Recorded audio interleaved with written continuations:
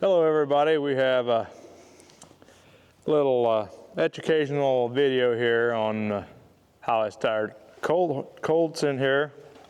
So this is a 3-year-old Friesian cross that is a dressage prospect, I assume, by what the customer told me. So he just got here today and he's been handled, I don't know how much, but he's got shoes on his feet, which I don't totally like. I'd rather have him barefoot. So he's kind of laid back.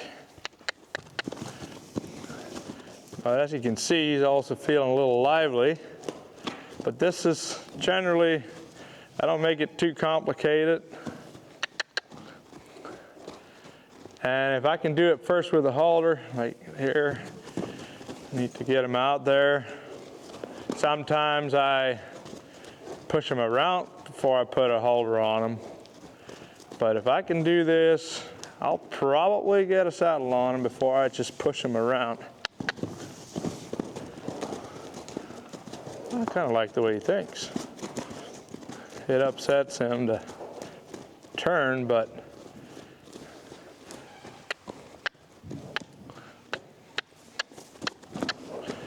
so my flag broke. I guess we'll have to do without the flag today.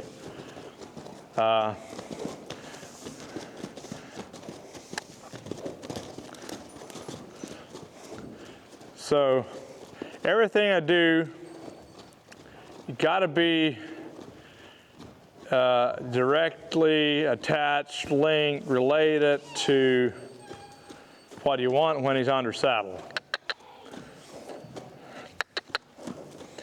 So you gotta connect the dots for him. So somebody's taught him a little bit. He's not too far off the wall on these. But generally, you know, here I'm thinking about putting my saddle on him. And he's kind of pulling me around, and that's no big deal. I don't mind him pulling on me like this. He'll figure it out. Like this is being like in a rhythm. This is helping him get a feel for what we're thinking about trying to get. We don't teach the A sound without showing him the letter first, if you're thinking about the alphabet. He's a little too forward, but I don't mind. Like, it's no big deal. He got used to the rope in that rhythm. He didn't slow down that much, but he quit being so up and down in his energy. He leveled out. It was still a little fast, but you got to think about it, how you get him to handle that pressure, the energy.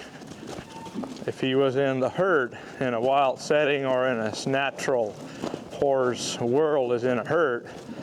So if you think about natural horsemanship, you don't just think about what the book says on natural horsemanship. You think about what the herd does in natural horseman, in the natural horse setting.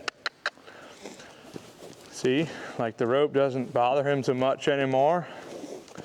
And what did it do? I let him get confident with it. Don't worry about it. So there you go on that lesson. He's way too sidetracked, which is, it's all right. I mean, it's a colt. He's 3 years old. He's still finding his legs, developing Friesian cross. He's still going to grow. So have him focus. Right now we don't worry about that. I like that response. Now we go the other way.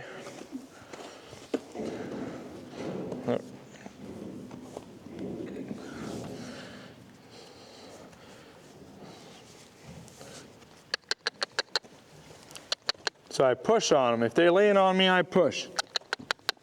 I don't want them running over me. I need to push him off him out of my space a little bit. And I want to move him 4 feet, all 4 feet moving. One thing that I see folks doing way too much, which is my opinion, like that right there. If you want your horse to stop, you don't disengage his hindquarters. Please don't. It'll serve you so much better. His hindquarters are way too loose. The thing he wants to do as soon as we get done doing something, he wants to swing that hind end around. Now, if you're riding him in the show or anywhere, but if you say, whoa, you're thinking stop, you're not thinking disengage the hindquarters, right? So think about it a little bit when you're doing this. What makes sense? Why do you do it? How do you connect the dots? The horse needs to get confident with what you're doing. So this horse, he's kind of forward, lively, but he's not stupid. He had some energy. We worked on it. He got in rhythm with the rope here. I'm going to get my saddle pad. And I don't fuss around. I mean, there's colts you don't get a saddle pad out for half an hour. And there's colts you get them out the first minute. It's just difference in colts. So you don't, I say you can go by the book to get an idea of how you want to do it. And when I say by the book, you know, there's always books about every topic. There's always, you can get a book for about everything. So follow the book to get an idea, to get a feel. But don't follow the book if you want to get better, if you want to really get in depth. Get out there, try it, do it, screw up, make mistakes, get better, learn from your own mistakes. That is really what I think a lot of folks miss out on. They want to be so careful and not mess it up. Well, let me tell you, if that would define if I was able to train a horse in 10 days, 10 months, whatever from now, I couldn't be a horse trainer. It's not about messing up, it's about keep trying. Just don't think you messed them up, that you're unable to keep going. If you do, I mean, it's up to you. You can think that way, but if you do, expect a failure. So right now we got a pretty good horse here. He's, I don't know, surprisingly receptive to the pad.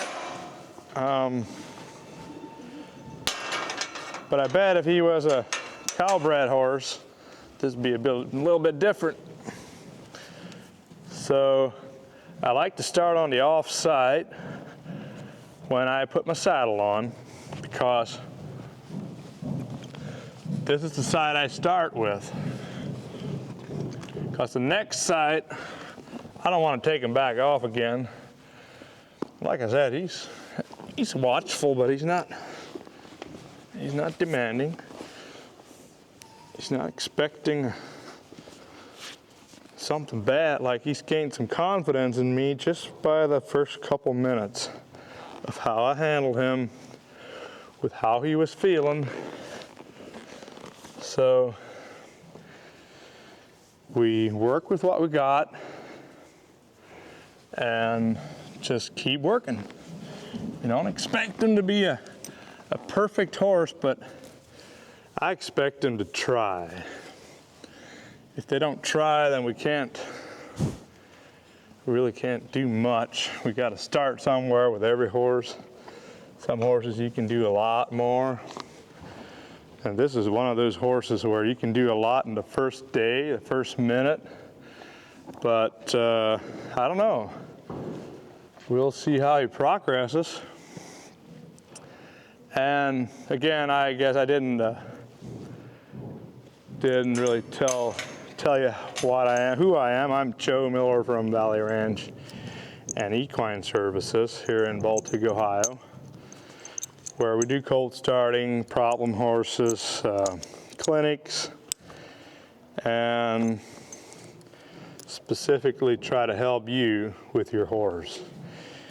And usually helping horses with people problems. But there's always hope. Don't give up. I mean, you can give up. It doesn't matter if you do, but don't feel bad if you give up. Let's put it that way. Doesn't mean you fail. It just means you change your mind.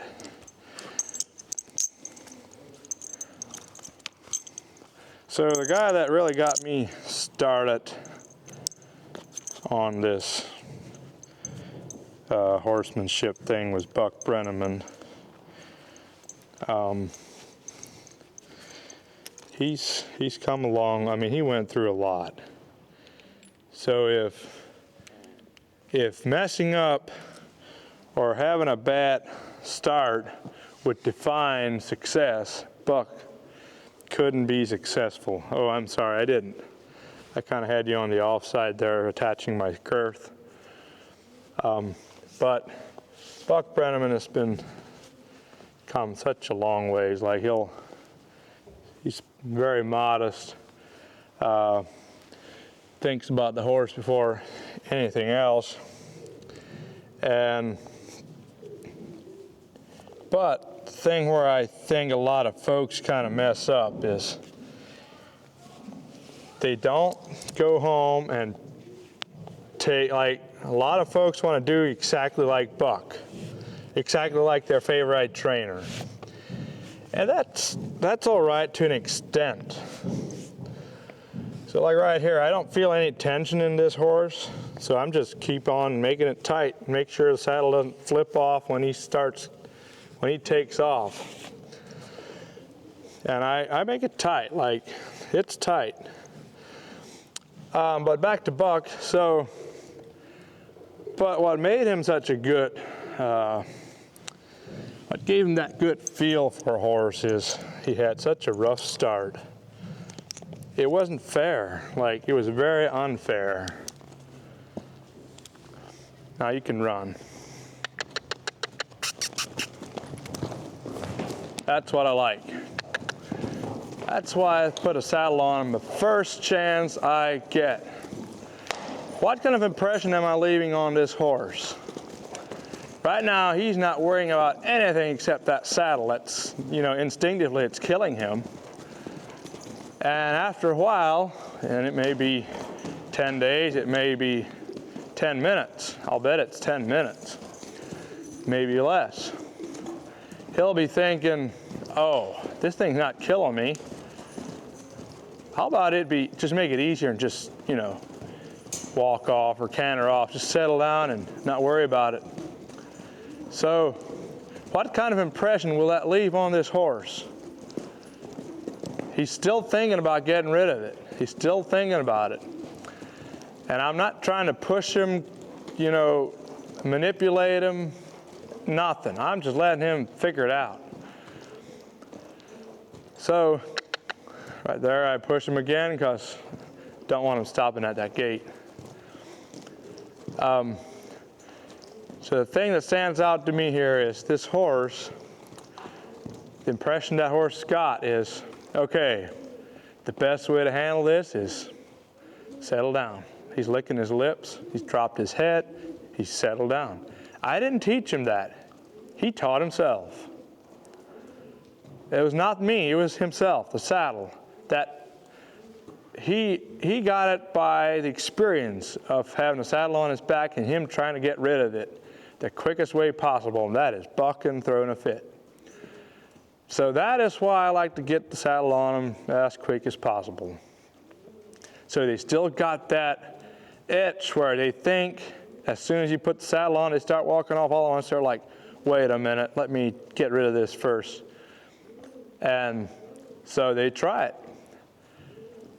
But the impression you leave is depending on how you approach them, how you let them decide what's good.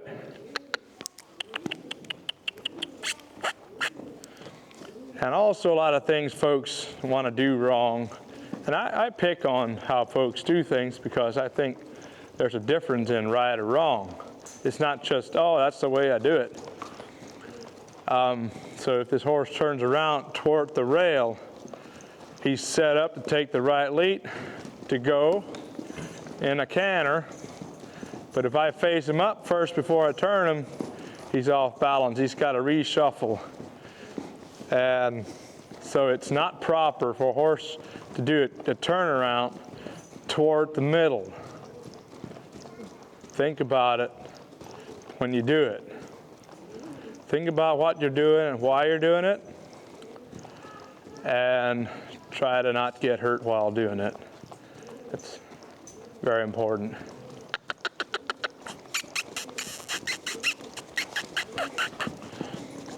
Good.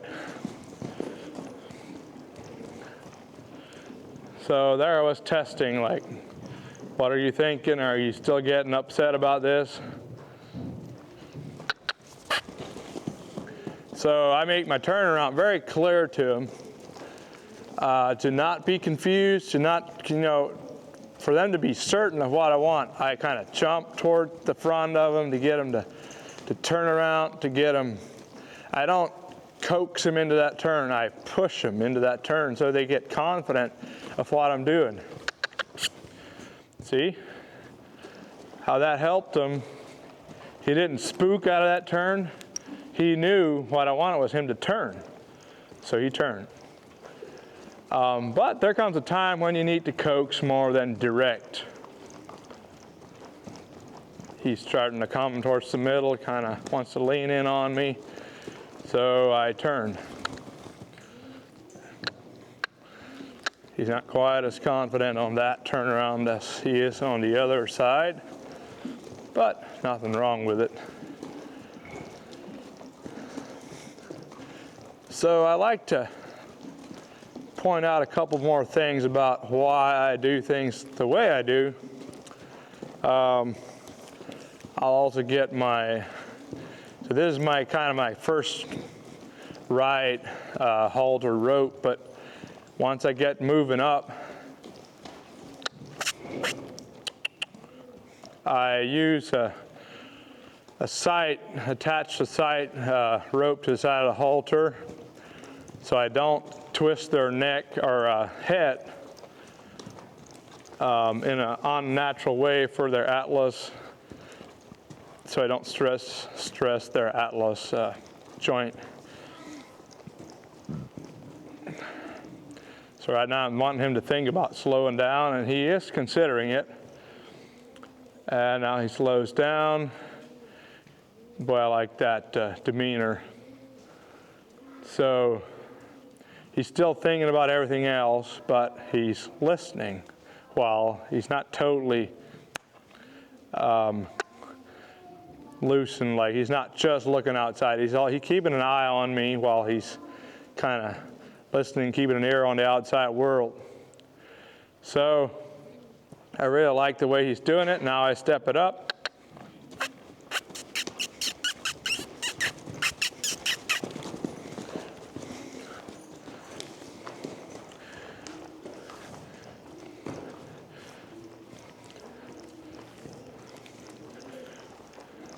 Easy. So I cluck to him to get his attention, keep his attention. I talk to him to my voice command of easy, which is just the start. I mean, he doesn't know it. He felt my energy drop, and he connects easy to that. To slow down, it's easier. So again, it's a Friesian cross. Very nice colt, 3 years old, gelding, I should say. He's just developing, and looks like somebody took good care of him. So if you watch how he turns around, he'll turn with that, as he comes out of that turn, that inside hind leg is forward, ready to take off and take the right lead. And if you turn around the other way, you're throwing that whole thing like backwards. And it's hard for them they got to reshuffle every time that they turn around towards the inside to take, say they turn to the right and you want them to go to the left. They got to reshuffle their legs, rebalance, and come back. So it's a pretty big deal when you're starting a 2-year-old that's, or any colt that's got any degree of talent or, you know, resistance. Usually if they have talent, they resist. But if you go with the flow, what their natural instincts are, it makes it a whole lot easier. So there I sped up my feet a little bit. I didn't, you know, come at him with my hands, raising my hands or nothing, and I clucked. And he acknowledged me before I clucked, but he didn't want to just run off. He was thinking, you know what, it feels good walking. And so I said, I really like him to push off his hind end a little bit better. But right now that's for later. Oh, I threw the wrong end at him. Sorry, man. So there I felt like he was not acknowledging me. He wanted to block me a little bit. So I just chucked the robe at him. And no warning. He knew better. I feel like he knew that I was wanting him to keep moving. So I didn't warn him with a cluck. I just chucked the rope.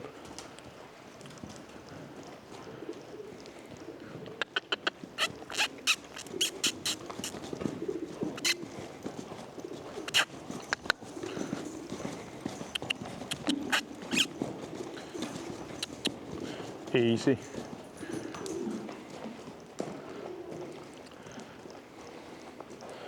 So that's where we're going on him. I don't even know his name. I guess it's not important. But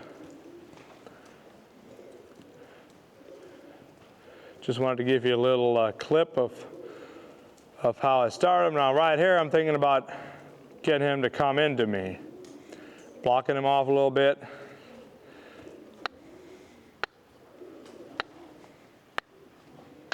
If he wants to turn around the other way, that's no big deal, but I just block him a little bit, and I wait for that turn, that bend, that look.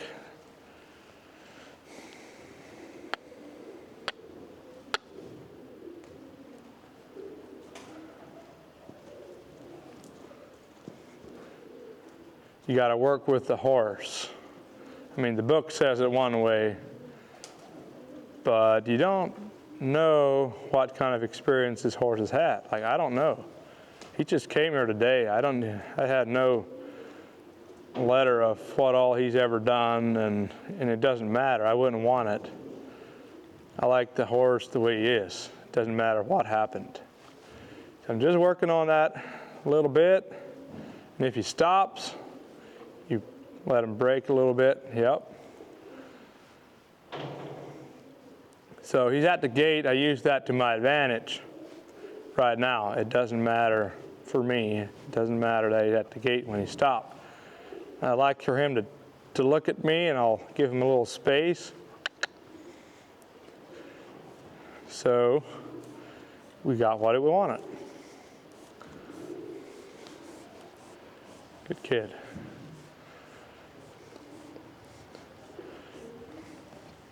So now I'll put the bridle on him and get him used to carrying the bit while I do the small stuff.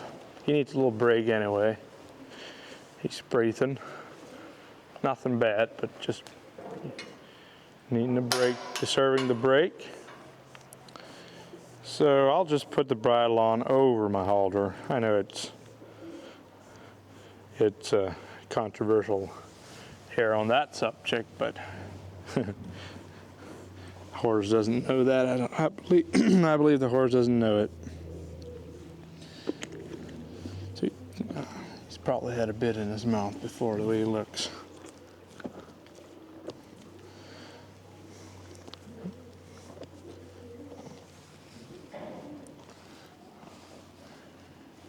Wrap the reins up around the horn so they don't drop, tankle, cause a wreck.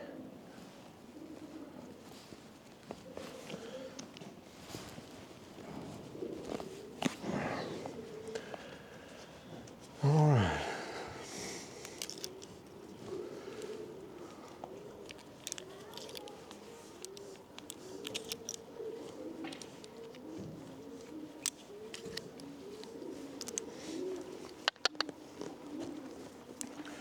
So I attach my snap to the side of the halter, and this is what I do when I want them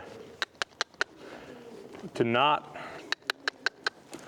bend their atlas and neck in an unnatural way. So if I am pulling down here, that keeps their head straight and pulls their neck over, and the atlas doesn't properly rotate, it binds it up. But if I pull on the side here, I'm tipping their whole head in a natural way. So helps to keep the horse confident. It doesn't mean I don't pull on them. It just means it helps to not hurt their connections like up in here.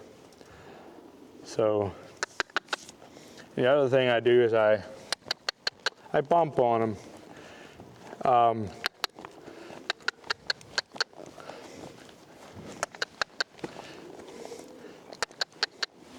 So they get the feeling of when I'm using my legs and my spurs on them.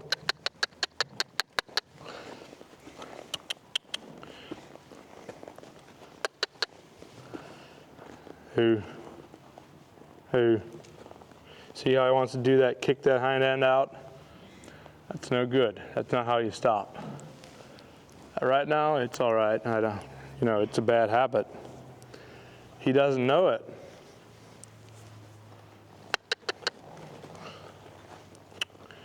I guess I should install the head stall properly.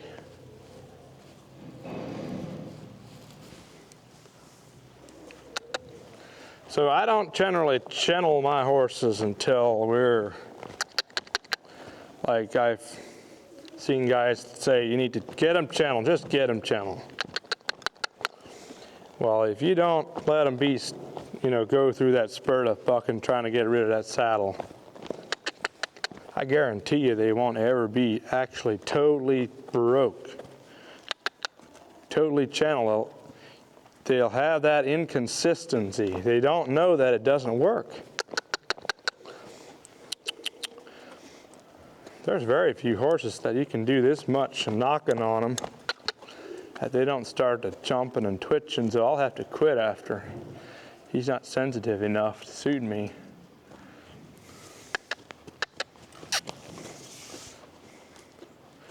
Right there, I was trying to get him to speed up a little bit on that response. Yeah, good. Get him to move out. And then as he reacts, he didn't react exactly how I want him to, but he reacted. So what I want is a reaction right now. He's a little too dull. Smacked him a little bit, wake him up. It's going to help him with his focus. Watch it. Watch when I raise my hand. He's ready. He's thinking about it. Did I have to smack him? Nope.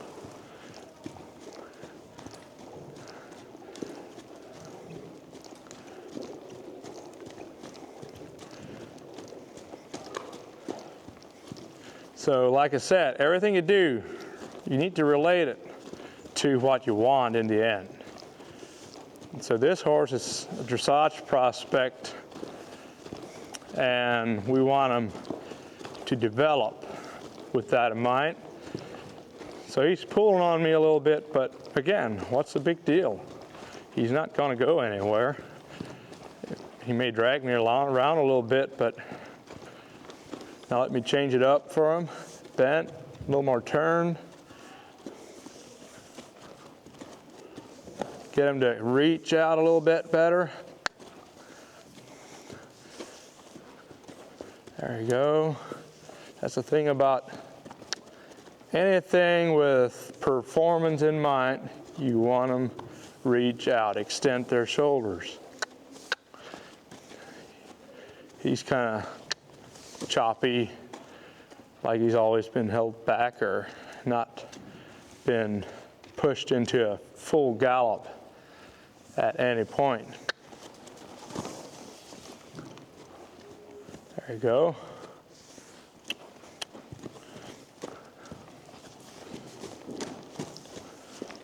See, if you don't get the shoulders out of the way, the hind end, his hind quarters can't engage properly. The shoulders are in the way.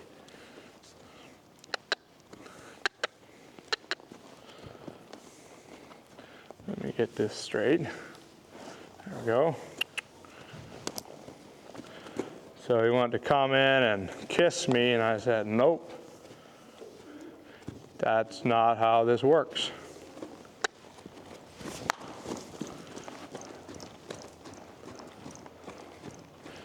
So there I smacked him again to wake him up, slow him down,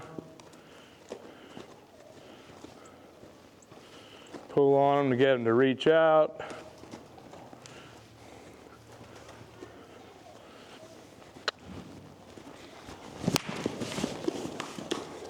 That's the exact same move he made when I had him loose.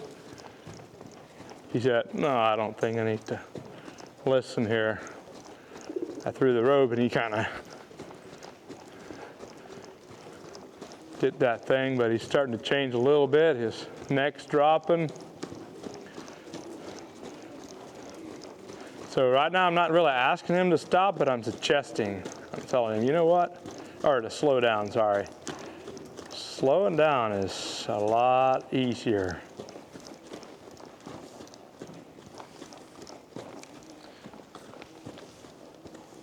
So there I made it harder for him.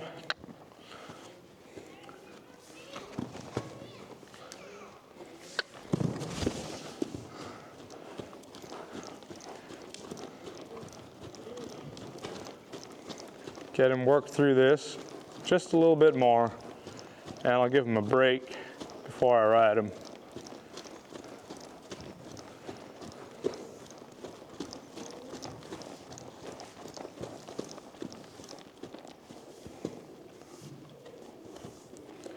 He wants to really stiffen up. We're just going to work on that.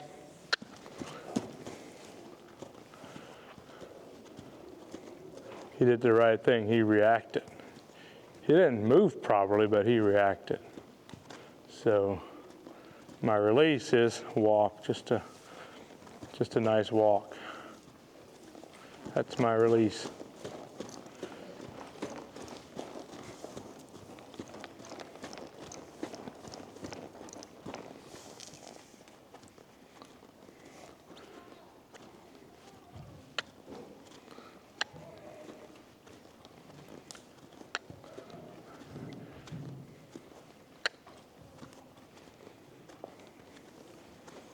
Two.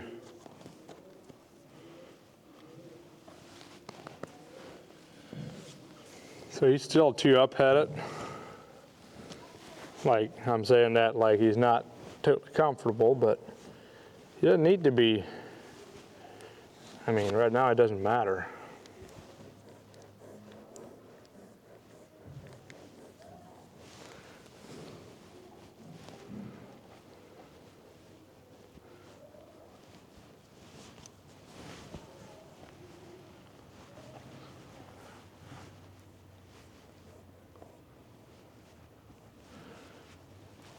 So let's take a little break and let him catch his breath, and we'll be right back. Okay, so we got a couple minute break in there, and I'm gonna work on him, just bending him, getting a little bit of flex here so I can get on him safely. And he wants to walk around, and I'll let him walk around, and I'll pull on the saddle until he stops, and I'll release that. That's part of my steps to get him to think about, when I pull on the saddle, you just, stand square or be prepared for pulling, because I will. It's the way it works to mount up.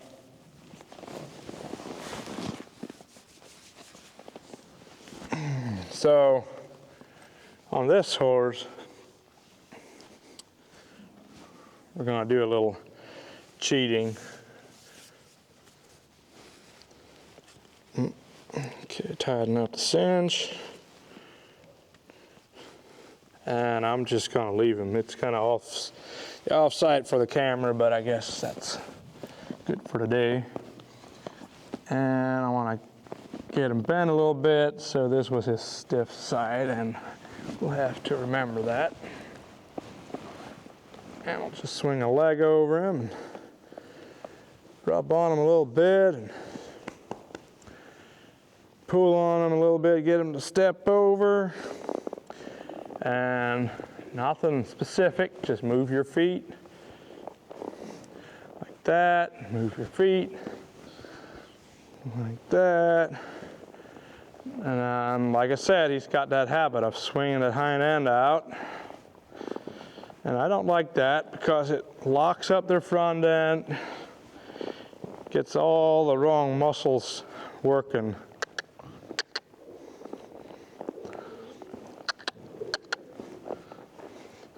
Right, there we go. So if I left my hand, just like on the ground, if I lifted my hand, we were thinking about changing something, moving faster, slower, changing direction. And so as soon as he was comfortable with me, you know, walking a little bit, we I pushed him out of that little circle we had going, just let him go.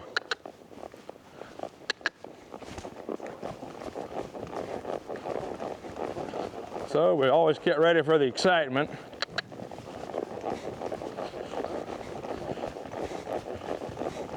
But you see, you know, I never did get him uncomfortable. I mean, I did, but it was his own thing. He figured out how to get comfortable.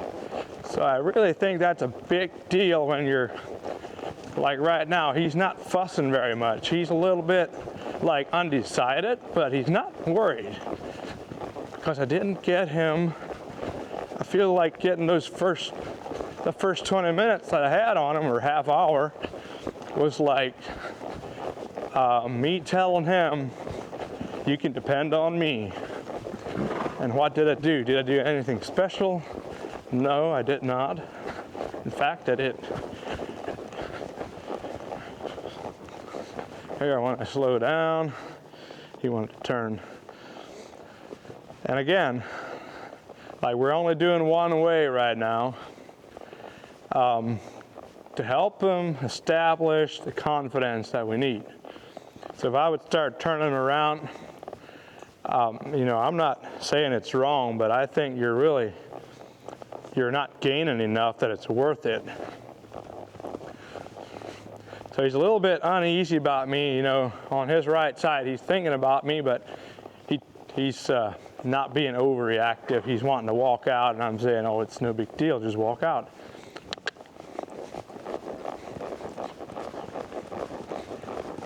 But I keep my hand up here, and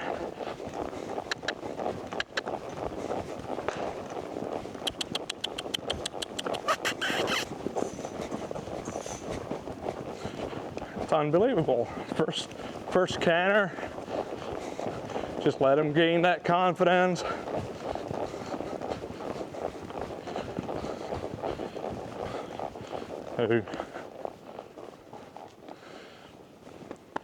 So he tensed up, but he did not get too worried. He's still thinking about,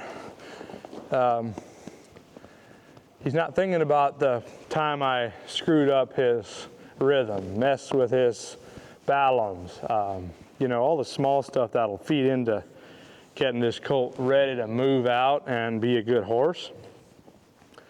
So, like he's very attentive now. And before he'd be looking around and stargazing. But so it's a pretty big deal how you start them and how confident they are. And so if you got a horse that's been, you know, just brought in from the wild, I mean, never had a halter, it's you got to think about it a little bit. You got to tweak your approach, because it's a little bit more of a danger. You know, they're very apt to fight if you lock down their flight.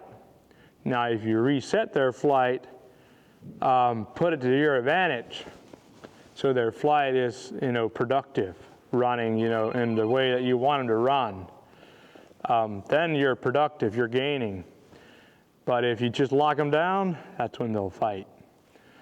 Trust me, I've done that, and it's not what I like to do. So taking this approach of letting them be the horse, letting them figure it out, messing up, working off their mistakes so they increase their knowledge, so they learn. And most of this is they're learning by themselves. I'm just setting them up. So we're going to go to the right here.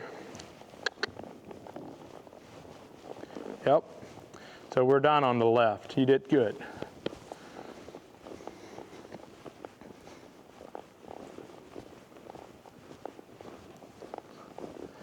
So like I said, he's very short strided, choppy, and he doesn't have, I don't like the shoes he's got on. I feel like somebody's been trying to, trying to do everything for the trainer before they go to the trainer. And I'm not, again, trying to get things, do the trainer a favor, but this really isn't a favor.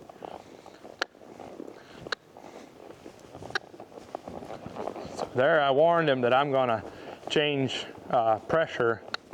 I warned him by clucking before I lifted my hand, because he's kind of reactive on this side. So at some point I'm not going to warn him, but there I did. Because it's not like you're going to warn him every time, right? You need to tell him that it's all right.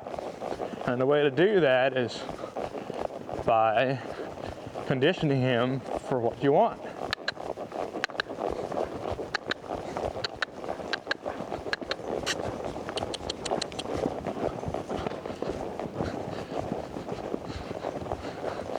That's a good awkward little canter, but it was acceptable.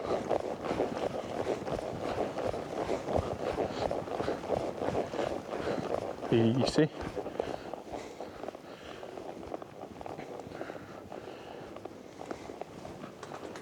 So this little boy is about out of steam, but I should say energy. But I really like the way we've been progressing here. I've not been handling him for an hour, and he's changed a bunch. We need to change a little muscle memory here, the way it feels, but that'll come. I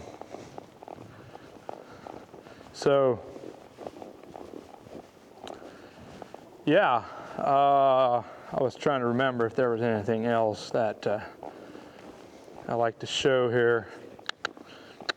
Let me do one more circle.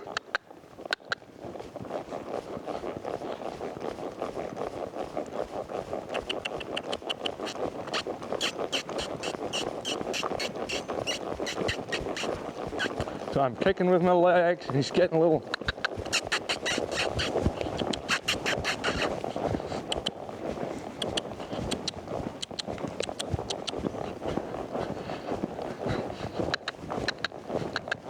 There we go. He does it. You did good. Ooh. Now I'm going to hold him until he stops everything. And if he bends, I love it. So really what you want him to do is stay in soft. And these muscles right here, being able to flex, stop, and everything just stays soft. So we're not talking about kicking the hind end around, disengaging, and then fluttering to a stop. So that's a big thing, bad habit. It just creates a lack of confidence in the horse. It builds the wrong muscles, disengaging those hindquarters. But people want to do it continuously. Like every time they're uncertain, they want to disengage the hindquarters. So how does that build up your horse? So if you disengage the hindquarters every time they want to move out, and you're thinking, no, don't move out, or they want to run and you're thinking, no. Well, the next thing they'll do is they'll just disengage their hindquarters because they're thinking about going, but you've taught them when you need to go, just disengage the hindquarters. And they just go around in circles, and they're stiff as a board, and they're rotten. I've had that a bunch of times that I've seen that on horses. So that's something I preach on, a subject. It's very easy to tell somebody, well, if you say whoa, you just want them to stop. If you say giddy up or go, you just want them to move forward, and then you just select the pace or the gait. It's not rocket science. Just think about how they would do it in a herd, and then you can apply the different pressures, techniques. You can use rope, legs, voice commands. Some horses you can. The voice command just means very little. They don't get it as quick. Other horses, they use the legs. They're not worried about the legs at all. You need to get them a little more sensitive. So one other thing I like to try is get him to back up. He's not soft, but he stepped backward.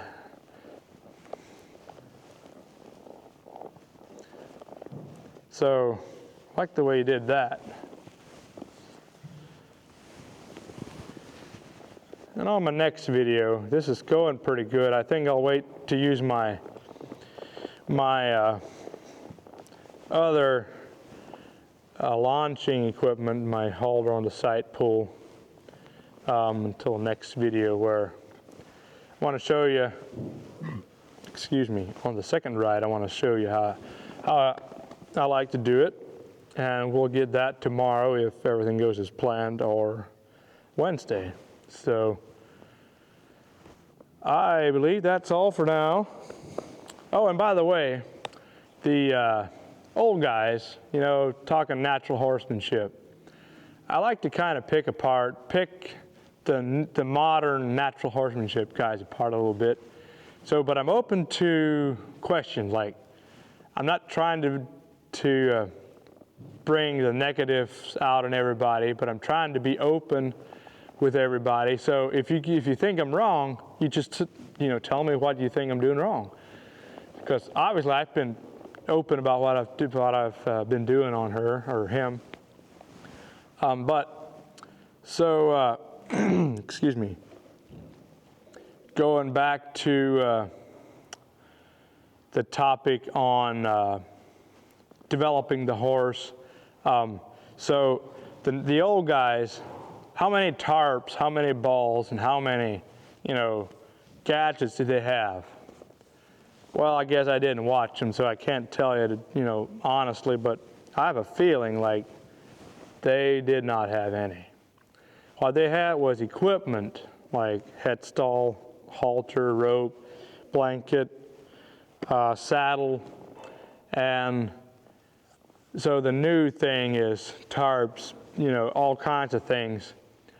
And I really think you should leave that for later.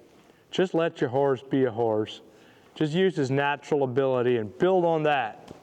And once you got him going like this, and then you don't worry about that. You got a lot of control already. I didn't have to confuse him with the tarp. I didn't have to worry him about the other stuff. He only had to focus on this. And look at him. Is he content? I would say he is. So if you got questions, you can always call me, text me. Usually that's the best option. You can also email me. It's just, at the end of the day, that's when I do emails. So, yeah, I wish everybody the best, and we'll talk to you later. Hello, I'm back. I'm Joe from Valley Ranch and Equine Services. We got the second day here on this black Friesian cross gelding. So, excuse me, he did very well yesterday, first ride. So I'm pleased with that. And so today we're going to put the second ride on him and keep working. I want to show you what my kind of updated or whatever, my best groundwork equipment, or what my preference is on equipment on the advanced horses. I say advanced, I say in horses that you want to tune up for sure. You can also use it on colts, like this one, no big deal. So what we're working on is the forming of the horse's body, setting him up for down the road, his next step in life, showing or working or just going down the trail. You don't really need to do it, but it sure is a nice tool to have in your horse's toolbox to be able to lift his shoulders, round his back, engage the hindquarters, and be athletic. So I run this rope, and that's just a Amish halter, I call it, whatever it is. There's a special name for it, I'm sure, but so it's very basic. Got like a, I don't know, 3/8 rope going across the nose. And so when I pull on him, I'm tipping his head. So as you can see there, and then when I pull on him, I'm pulling the side of the face around. I'm not pulling on the center on the bottom here where his face can't rotate while I'm pulling. So that leaves him free up in the pole and the atlas, so he can stay centered, stay soft, not be uncomfortable, not being pulled out of place. So that is the whole idea of this thing. Then you can shape him up. You can pull on him, push him up, push him forward, and kind of shape him up for the athletic movements that you're going to want here later on in life. Now for this horse, for sure, he's going to be a dressage prospect. Right now he doesn't look like it, but he will be here. So yeah, I'm just showing the first couple days off, and I don't want to get him too settled in here before I throw the saddle on him. The first 2, 3, 4 rides, get the saddle on him as soon as you can, and you just cinch him up and let him go. If they keep fussing about it, then you work on that. But usually after day 1, they're cool as a cucumber, no big deal. And for sure this horse, he's smart, he's confident. So I'm gonna throw the saddle on him, and we'll start the next step. Ooh.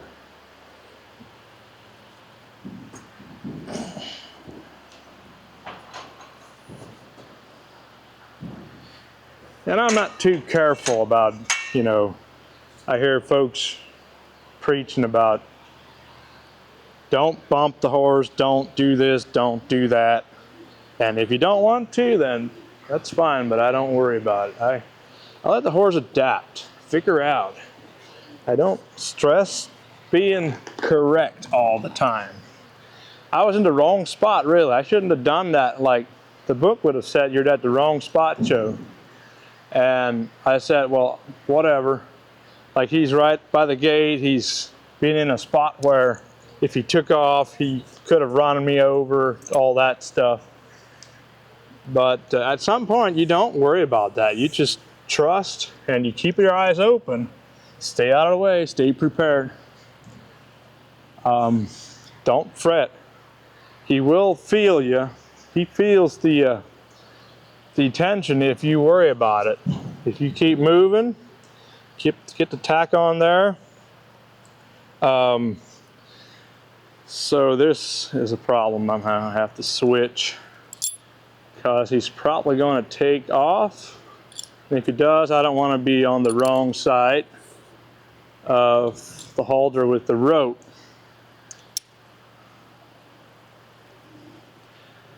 So I'm going to leave the door open to his left. So if he wants to take off, he can go to my left, which is the preferred direction if he wants to run.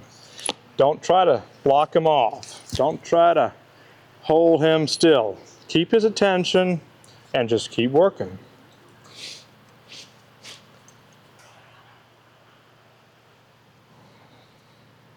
So we just cinch up, but remember, I got him on a loose rope as I'm pulling this tight, but I'm always thinking about keeping him to my left, to his left. And so I'm gonna undo the lead rope. Now again, if you're starting a Mustang, you probably want to stay in the center of the arena or the round pen when you're doing this, because the way this horse acts, he's been handled to some extent. I don't know how much, but he's pretty confident. And it also makes a difference. I mean, I didn't try to take that out of him. I tried to leave all of it there. So if you watch the video from yesterday where we started him, first time he bucked, he's a little tense. Yeah, there we go again. So there I get on him, move out. Because right now, like, he should be thinking how to get me away out of his space. What does it take? So he's thinking about it. All right. So now I got the tool to tell him quit it. You can stop that, you're fine. So I put the pressure on him until he reacted to my pressure. He didn't quit bucking, but he moved a little bit faster. And then he realized, oh, so if I listen to him, this tension disappears. And really it was him training himself. And so that is my approach, my rules. And there's a reason I always do this when they're colt. Like, he's not warmed up, nothing. So I want him to think about how to do it right, why it doesn't work, and how this connects to his life in the future. And so next time, you know, he gets tense, he doesn't even think about bucking. He thinks about figuring out what it takes to get rid of that tension. And moving out is one of the first things you teach him to get rid of tension. There you go. Nice change. You let him relax, drop down a little bit. He wants to come in, and I don't fret it, but I like for him to stay out. He turned around, and I'm fine with that.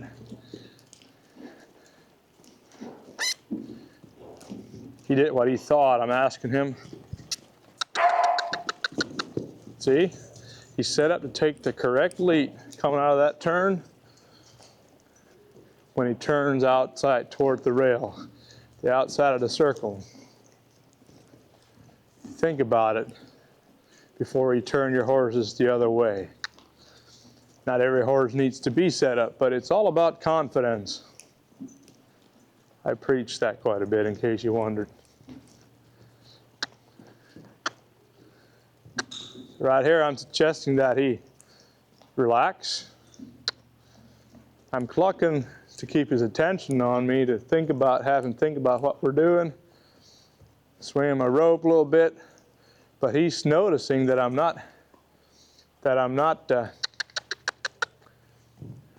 really specific about what I'm asking him, and he's a little bit confused. He's saying, boy, I don't know this. And that's all right, he'll figure it out.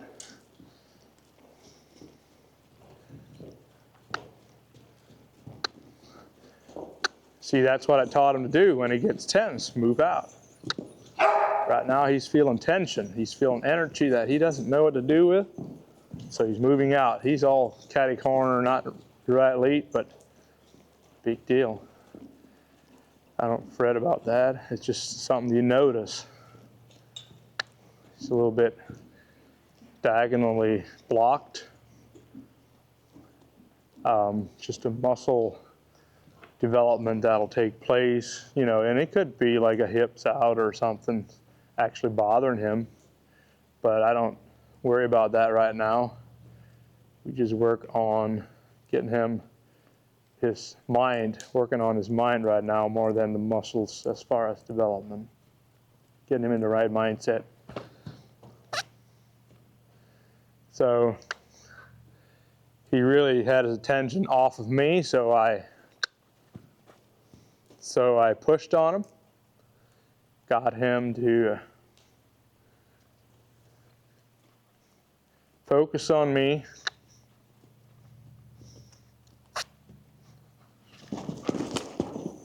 So there I warned him. I need movement before I just, you know, took the robe at him. So if you notice, that's what a hurt member, the leader of the hurt, would have done. They always warn him before they turn around and smack or kick, you know, whatever. So it's not like I did something unnatural.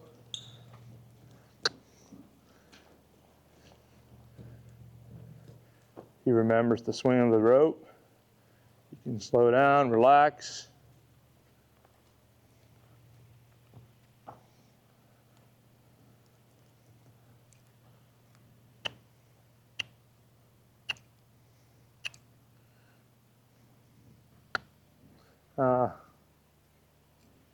He was going to come.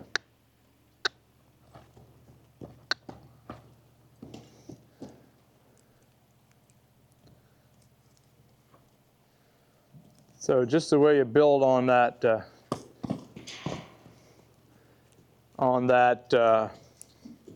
presence of, or impression of having him come to you,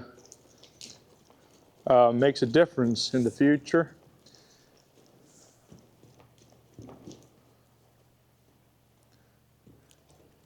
See, I didn't cluck to him or ask him to do it like to stay in movement. I just asked him to turn around. And so that was the correct thing for him to do. He turned around and walked out of it.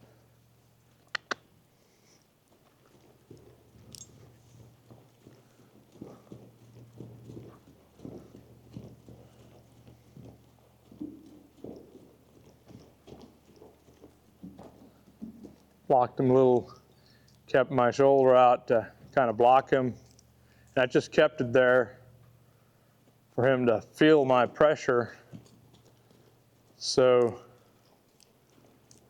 he could feel the release when he does it right.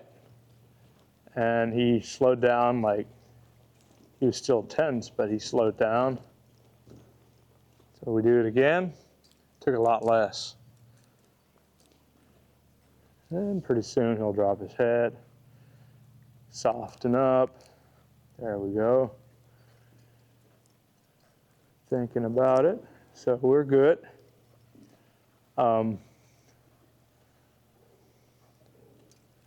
He thought about turning around.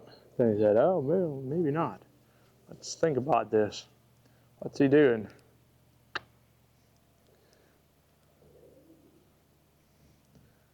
So this looks like his stiff side.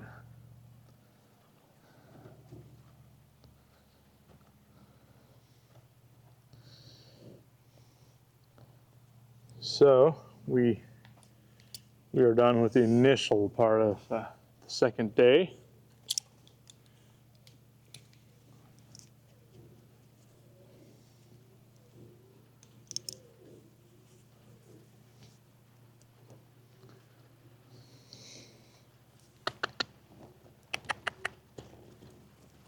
So now he's going to have to figure out what to do with pressure on his nose. Because when we're riding him, like now we're done with the saddle business as far as presenting the saddle, having him get used to it. Now he needs to figure out what to do with when I pull on him. So I just, you know, pull on him. I don't care how fast or how slow. I just want him to keep him moving, and when I pull, I want to respond. He's pretty nice.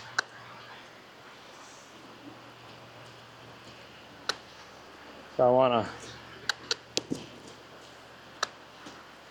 get him to keep him moving. He wants to lock up when you bend him. Like right here, he's trying to figure out what I want. I'm coming straight at him and pulling on him. And I'm saying, well, maybe you should bend through the rib cage.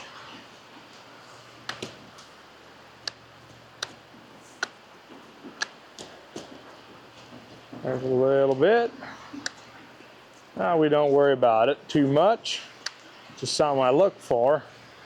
But if I can't get it, don't worry about it. Yeah, he's not near. He's a lot more sensitive than he was yesterday. Easy, easy. You're in the wrong lead, which, well, let's keep pushing. Pulling on him didn't work. Let's push.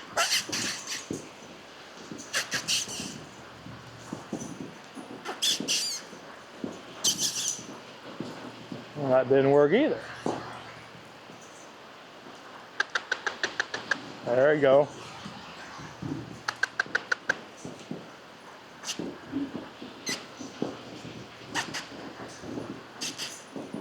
Easy, easy.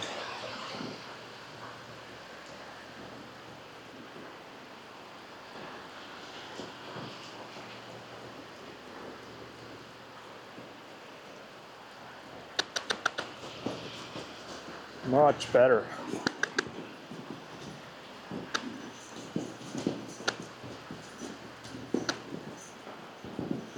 Easy, easy.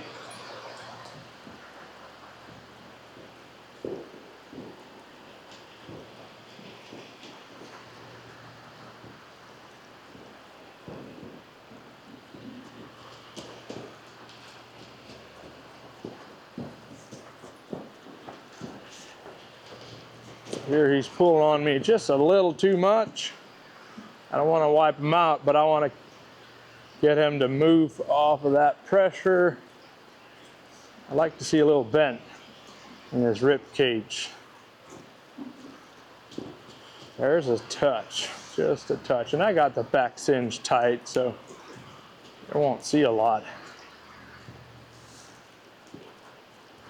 Easy. I bump on him a little bit, pull on him, whatever it takes to slow him down. But most of all, I slow my energy down so he feels it. So, see that bad habit coming out, swinging that hind end away from you. When you say, whoa, there you go. Nope. Good job. So here, the perfect release is not petting. To me, the perfect release for a stop is relax. Let that breath out, relax. That helps them just detense, like no more tension in the body. There's some tension in him yet, but he's going the right direction. So I really like what we're gaining here. Yesterday I had a bit in his mouth. Today I would like to put a bit in his mouth, but I'm probably going to skip that. I feel like I can get more with this setup than I can with the bit. So because he's pretty stiff in his neck and shoulders. So I'm tightening up the cinch, getting ready to mount. And I'll mount on the wrong side. This rope's a little too long, but no big deal. So get him to bend a little bit.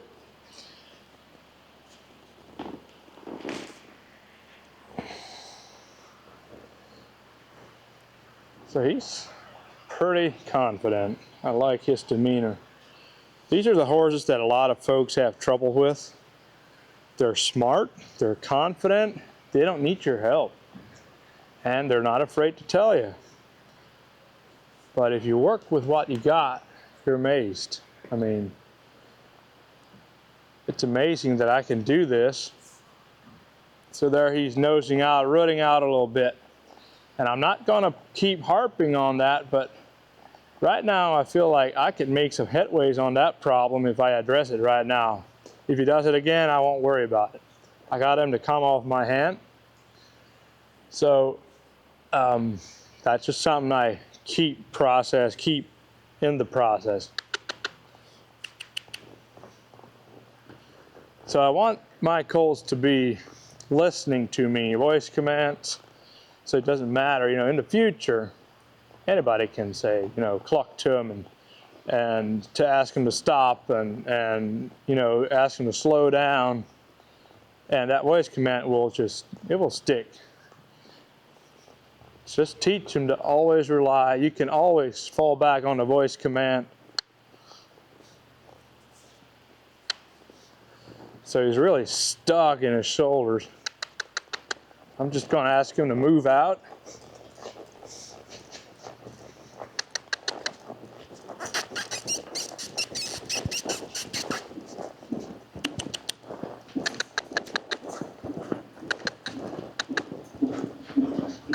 So I use my legs, I bump him. He's kind of numb to my legs. Easy, easy, there you go. So I like that change there.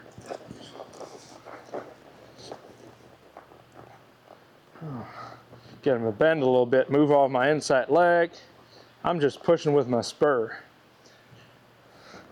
And again, this is what you can do with a horse that you left the confidence in him. You didn't ask him to be so touchy. You didn't have him to be doubtful of what you're doing. Then you don't have those moments where you have a lot less moments of tension and trying to get rid of you. Where I feel like if I would have kept harping on one issue, he wouldn't like me at all. Which, at this point he probably doesn't think that he likes me anyway, but we're not having a bad fight. So, well, one thing he did is he locked up his hind end to stop. I like that. So this gives me another opportunity to get on or get off of him and on him, get him used to mounting and dismounting. But right here I'm asking for his attention and flexing the neck because he's really leaning the other way. And if just to show you what I want to do or how I handle the other side, I'm going to get off of him, swap my side on the rope here on the halter. But if he was just here if I wouldn't be trying to show you guys what I do, I wouldn't even go to the other side. I would leave him just working on this side today because I feel like this side needs more help. It'll pay off down the road. But so I'm shifting my weight and getting off.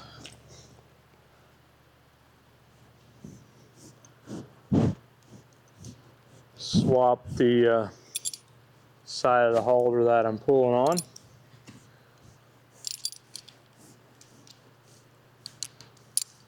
So as you know, I really dislike disengaging the hindquarters in these colts, and the reason for it,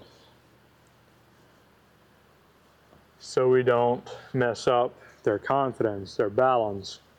If you don't need to disengage the hind ends, don't. Just don't do it. It's a tool.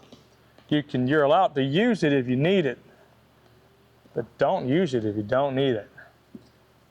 It's like a vice grip. You only use it when you need it. You don't use a vice grip if you've got the wrench that fits the bolt.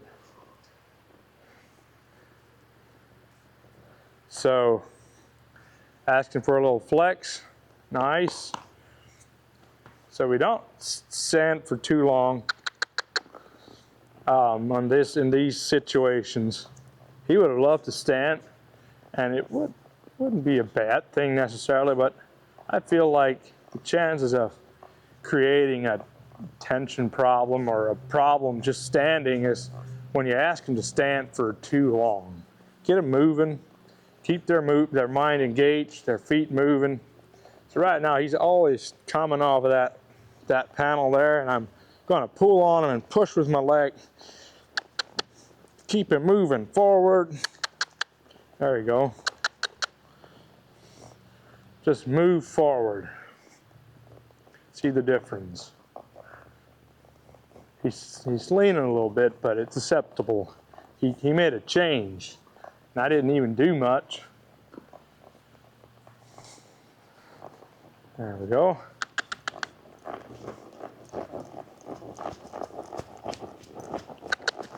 It's getting a little ish about my legs, thinking about, should I do something about that?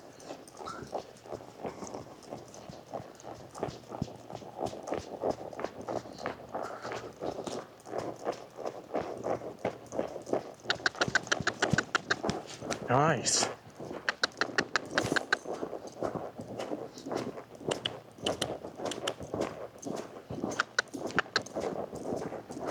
Easy.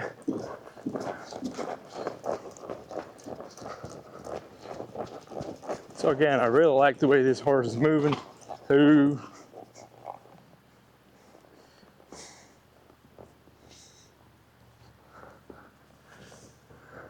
I asked him to stop, and he kind of, did a U-turn, wobble. And so I like to stop, having him stop without swinging around. I let him go once he quits swinging around. So that is the extent of,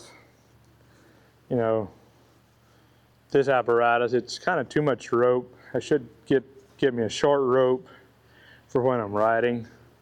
But now I got the same rope. I don't need to change things too much. I can use the same rope, and it's just, a handful. It's nothing bad.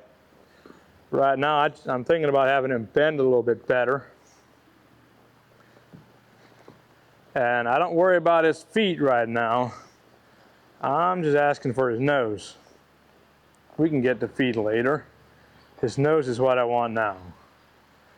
So if I had just the rope holder with the knot and the lead coming off the bottom of the chin, his head would be in a bind coming back to here. So if you look at the front of his face, if it's parallel, or I don't know the right word, but if it's upright, let's say that. If it stays upright while you pull on him, you got the right tack. See, his face is staying upright. It's not being cocked like this. So we work on that a little bit, and we get off of him. We don't overdo it, yet we work on it. So he's warmed up. You can pull on him and be ready to release it. That was pretty. That was pretty. So there he was, mentally like in left field. I picked up on him, asked him to bend. Here I'm just holding it, waiting for him to release it. He can train himself on this deal. I'm not pulling on him, I'm just holding. He's kind of leaning in it. There, he dropped his head just a touch. So we got the muscles to relax up through his upper neck.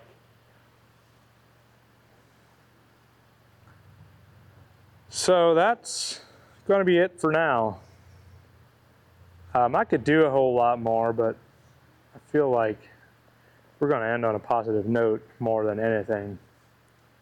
So yeah, like I said, Joe Miller from Valley Ranch and Equine here in Baltic, Ohio, and this is what we do every day.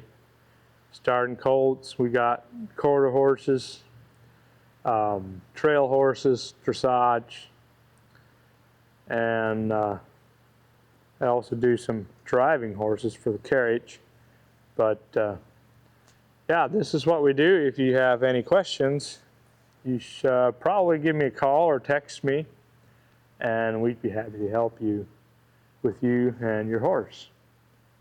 So may God bless the trails you ride.